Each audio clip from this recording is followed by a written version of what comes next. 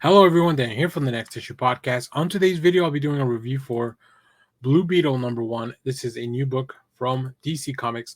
Let's take a look at the creative team before we get into this book.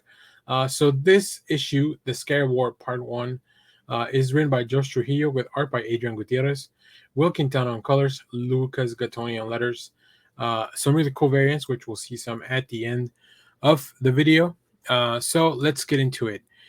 In this issue, Jaime Reyer's graduation is over, but his new life in Palmera City, and as the Blue Beetle has only just begun, with two new beetles to train, Dynasties and Nitida.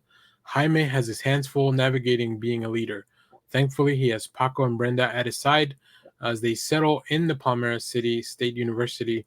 But what lurks in the shadows of the Blue Beetle's new home, and what does it mean for the legacy of Blue Beetle?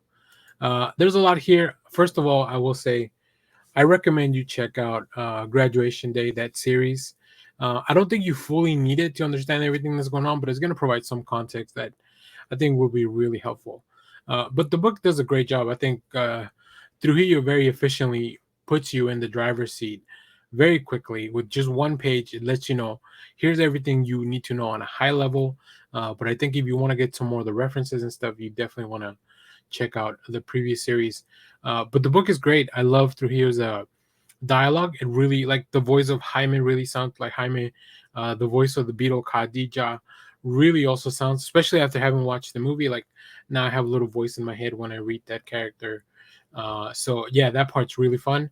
I love Jaime's relationship with his friends, and I also love the approach of how Jaime handles problems on an everyday basis. Not everything is about like punching and using the armor and the beetle to get out of trouble. Sometimes Jaime is the one that has to step in, which is, I think that's really fun. That's a new aspect of Blue Beetle that probably hasn't been explored as much as it should be. So yeah, to me feels very fun, very authentic. There are two versions. You can read this. You can buy this in English and in Spanish, which is great. But even in the English version, there's little, sometimes the characters speak Spanish because that's what real people do. Sometimes they throw in a few Spanish words or a phrase or something into normal everyday conversation. And you don't even need to translate it. There's no context. Like, you should get it from context of what they're talking about. So I really appreciate the team allowing the readers to capture that via just their experience. If you're out in the street and you hear some teenagers talking and they say a phrase that's in a different language, sometimes you get what they're talking about just from the context of what they're doing. So now let's talk about the art. The art is fantastic.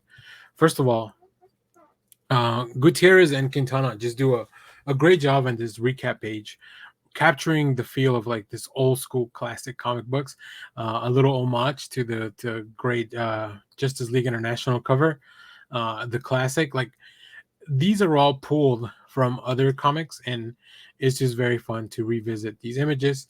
We get the little narration from the Blue Beetle, so you get to there's a difference too in the lettering. So kudos to Gattoni when it comes to whether it's Blue Beetle Ted Cord talking, or Blue Beetle Jaime, or Blue Beetle Khadija or Kajida.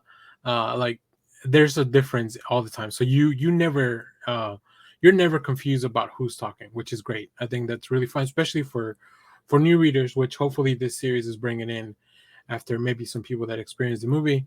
The character designs for, like, I had never heard of the Madman, and they just threw me for a loop. This is just such a cool shot, such a fun layout of the characters just kind of dropping in unexpectedly. I love that. Uh, you know, Ted believes in Jaime so much. Like, he knows that Jaime is ready to go out on his own and be a leader, and that's a big point here, especially now that he's got two new Beatles to train, right?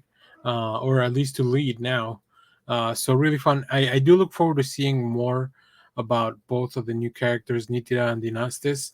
But for now, I think this is a really fun setup. Of course, there's a lot more to this. The last few pages of this issue are gonna kill you if you're a big Blue Beetle fan. But it's fun. It's interesting. It's entertaining, and it's just everything I want in a Blue Beetle comic, and probably more. maybe even some things I didn't even know I wanted. So yeah, of course we have some incredible variant covers, including one for Hispanic Heritage Month. Some of these books are doing that. Of course, this one is just Jaime because Jaime is Hispanic, so they don't need to find a character like in the Batman series. They had to go get Bane, right? But in this one, they could just do Jaime. So really cool stuff. So if you have read this, let me know what you thought about it down in the comments. As always, thanks for watching, everyone.